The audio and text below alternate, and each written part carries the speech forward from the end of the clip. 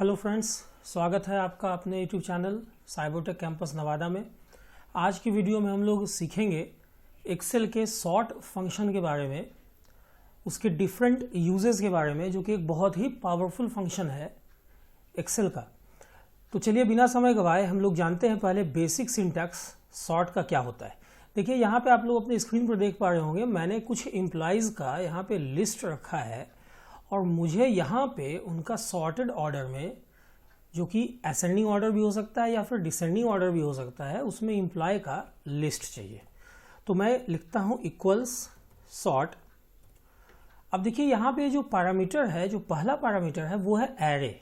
यहाँ पे एरे मांग रहा है। तो आप यहाँ पे आपके पास जो डाटा है, यहाँ पे दो तरह से इस्तेमाल में बताने जा रहा हूँ। आपका डेटा A2 से A के 10 तक है। अगर आप ऐसे सेल रेंज दे देते हैं, ये फिक्स्ड सेल रेंज हो गया, तो अगर आप ऐसा देते हैं तो आप देखेंगे कि ये देखिए आपका जो डेटा, जो रिकॉर्ड आया एम्प्लॉयज़ का, वो असेंडिंग ऑर्डर में चला आया, जबकि ओरिजिनली वो एक रैंडम ऑर्डर में था। अभी मैं यहाँ पे कुछ रिकॉर्ड्स और ऐड करता हूँ, जिसे मैंने ऐड किया E006, लेकिन वो रिकॉर्ड यहाँ पे नहीं आया। लेकिन ये जो आपका डेटा है, मैं यहाँ पे इसका टाइटल दे रहा हूँ कि ये आपके सामने जो डिस्प्ले हो रहा है वो एम्प्लॉय है, employee in the ascending order. Okay. अब अगर मैं ये चाहूँ कि जैसे मैंने असेंडिंग ऑर्डर में एम्प्लॉय का लिस्ट निकाला है, अगर मैं चाहता हूँ कि यहाँ पे उन्हीं एम्प्लॉयज़ का लिस्ट जो है वो असेंडिंग ऑर्डर में ना आके डिसेंडिंग ऑर्डर में चला आए, ओके, तो मुझे लिखना होगा इक्वल्स सॉर्ट।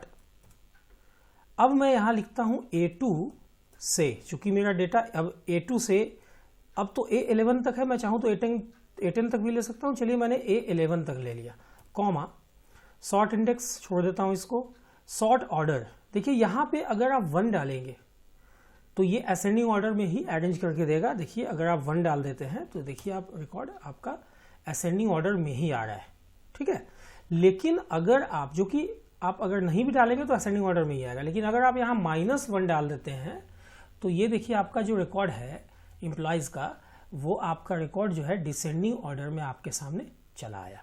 सपोज कि मैं उन्हीं एम्प्लॉयज़ का लिस्ट किसी दूसरे शीट पर, यहाँ पे अगर मैं इन्हीं एम्प्लॉयज़ का लिस्ट जो है असेंडिंग और डिसेंडिंग ऑर्डर में अगर मैं चाहता हूँ, चलिए मैंने फॉन्ट का यहाँ से साइज बढ़ा दिया और बोल्ड भी कर दिया। चलिए मैं यहाँ लिखता हूँ इक्वल्स सॉर्ट। मेरा जो ओरिजिनल डाटा रखा हुआ है वो शीट 1 में रखा हुआ है, शीट 1 के A2 से A11 तक में रखा हुआ है। अगर मैं ऐसा देता हूँ तो ये देखिए आपका दूसरे शीट पर भी बहुत आसानी से सॉर्ट फंक्शन से रिकॉर्ड्स जो है सॉर्टेड ऑर्डर में, असेंडिंग ऑर्डर में आपके पास चला आता है।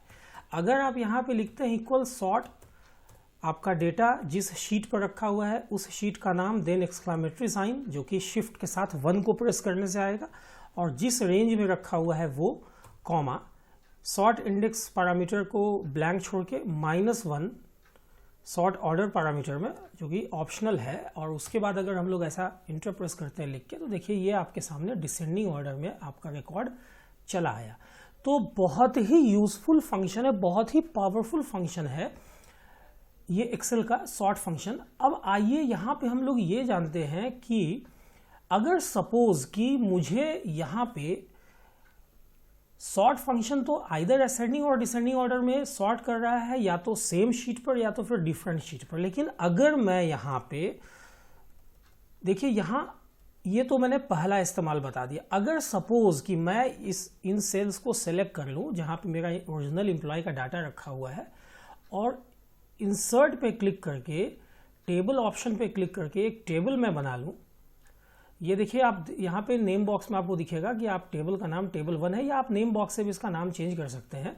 तो देखिए सेकंड यूज क्या है कि आपने जहाँ पे रेंज दिया है, अगर आप वहाँ पे टेबल का नाम दे देते हैं जो आपने डिफाइन किया, तो ये देखिए आपका टेबल आ गया। लेकिन इससे एक बेनिफिट क्या है कि अगर आप बाद में कोई रिकॉर्ड ओरिजिनल डाटा में ऐड करते हैं तो वो रिफ्लेक्ट हो जाएगा आपका इस सॉर्ट वाले डेटा में भी। देख पा रहे होंगे यहाँ पे भी रिफ्लेक्ट हो गया, यहाँ पे भी आप सेम काम कीजिए, यहाँ पे आपको रेंज के जगह पर जो आपने टेबल बनाया है उस टेबल का अगर आप नाम दे देते हैं तो ये आपके सामने रिकॉर्ड चला आया।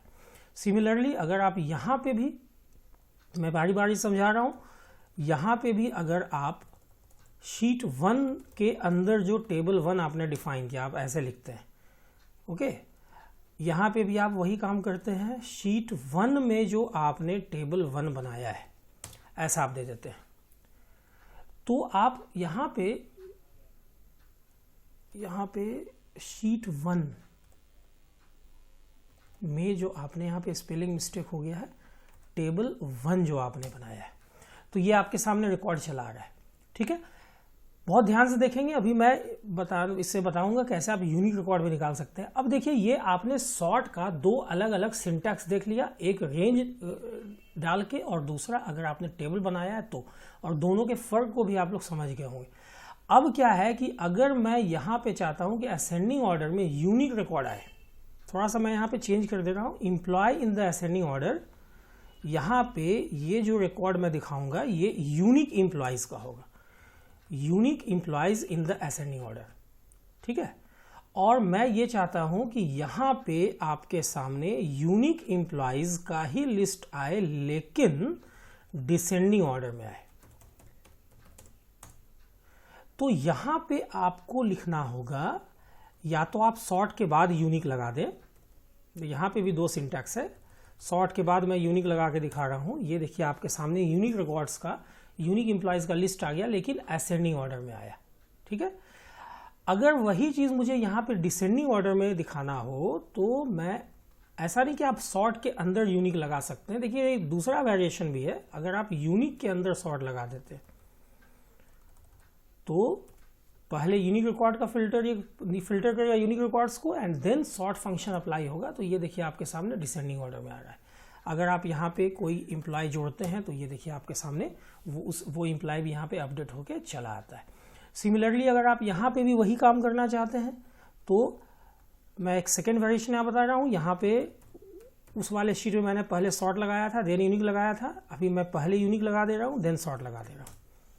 ये देखिए आपके सामने रिजल्ट है, और यहाँ पे मैं पहले सॉर्ट एंड देन यूनिक लगा रहा हूँ। तो इस तरह से आप सॉर्ट और यूनिक फंक्शन के कॉम्बिनेशन से आप यूनिक लिस्ट निकाल सकते हैं। अब मैं ये चाहता हूं कि यहाँ पे एक मेनू बने जिसमें जो भी रिकॉर्ड्स यहाँ एम्प्लॉय का मैं ऐड करूं वो यहाँ पे मेनू में चला आए। ये डायनेमिक लिस्ट हो गया यहाँ पे, है ना। तो आपको इसके लिए जिस सेल में आप रिकॉर्ड चाहते हैं उस सेल को आपको सेलेक्ट कर लेना है जहाँ पे आपको मेनू चाहिए, और उसके बाद आपको चले जाना है डेटा के अंदर। डेटा में देखिए यहाँ डेटा वैलिडेशन है, इस पर क्लिक करना है और यहाँ पे आपको सेलेक्ट करना है, चुनना है लिस्ट ऑप्शन को।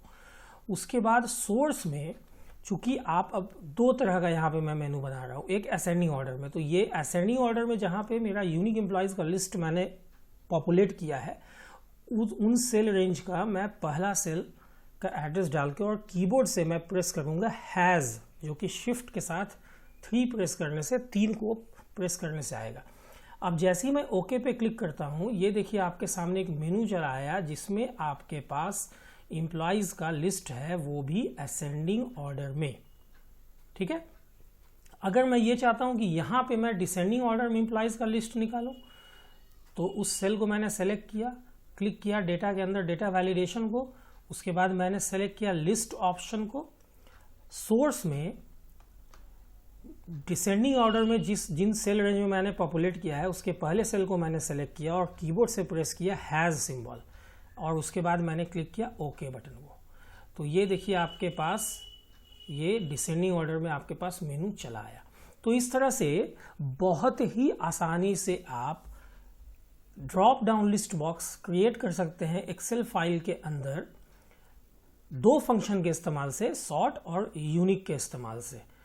उसके बाद अब देखिए यहाँ शीट 2 में भी अगर मैं मेनू बनाना चाहता हूँ सपोज यहाँ पे, तो मैं फिर से उस सेल को जहाँ पे मेनू बनाना है मैंने उसको सेलेक्ट कर लिया। उसके बाद डेटा के अंदर डेटा वैलिडेशन पे मैंने क्लिक किया, यहाँ से मैंने सेलेक्ट किया लिस्ट को, और सोर्स के अंदर ये मैंने पॉपुलेट किया था यहाँ पे असेंडिंग ऑर्डर में, और इसका एड्रेस डाल के मैंने हैज़ सिंबल प्रेस किया कीबोर्ड से एंड देन क्लिक किया ओके पे। तो ये देखिए यहाँ पे अब आपका मेनू चला आया जो कि असेंडिंग ऑर्डर में।